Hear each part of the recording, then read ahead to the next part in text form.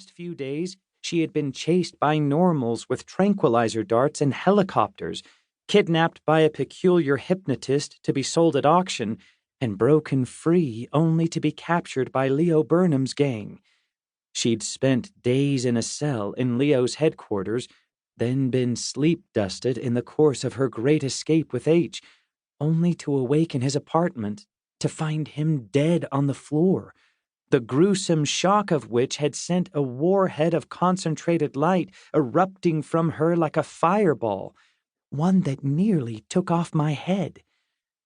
Once she recovered from that shock, I shared with her some of what H told me in his last breaths, that there was one last living Hollow Slayer, a woman named V, and I was to deliver Noor to her for protection.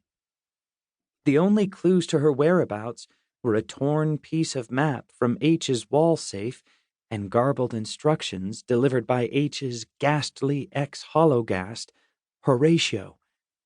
But I hadn't yet told Noor why H fought so hard to help her, enlisted me and my friends to the cause, and ultimately died in order to free her from Leo. I hadn't told her about the prophecy.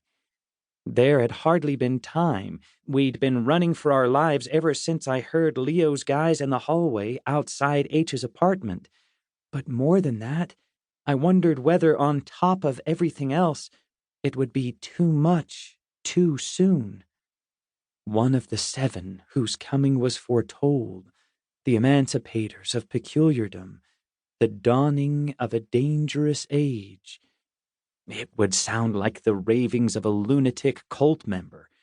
After all the other demands the peculiar world had made on Noor's credulity, not to mention her sanity, I worried it would send her running for the hills. Any normal person would have run off long ago. Of course, Noor Pradesh was anything but normal. She was peculiar, and more than that, she had some serious iron in her spine. Just then she leaned her head toward mine and whispered, "So, when we get out of here, what's the plan? Where do we go?" "Out of New York," I said. A slight pause, then, "How?" "I don't know, a train, a bus?" I hadn't thought that far ahead. "Oh," she said with a hint of disappointment. "You can't, magic us out of here somehow? With one of your time portal things?" "They don't really work like that. Well, I guess some of them do." I was thinking of connections to the Panlupticon, but we'd have to find one. "What about your friends? Don't you have people?" Her question made my heart sink. "They don't even know I'm here." Then I thought, and even if they did, I felt her shoulders sag. "Don't worry," I said. "I'll figure something out." Any other time, my plan would have been simple. Go find my friends. I wished desperately that I could. They would know what to do.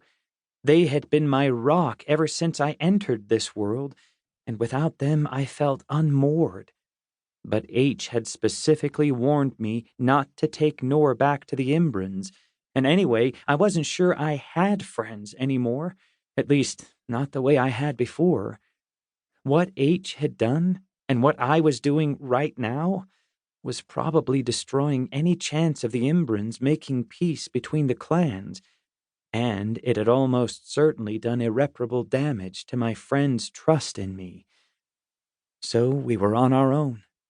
That made the plan simple but dumb. Run very fast. Think very hard. Get very lucky. And if we didn't run fast enough or get lucky enough, then I might never get a chance to tell Noor about the prophecy. And she would go the rest of her life, however long or short that was, without knowing why she was being hunted.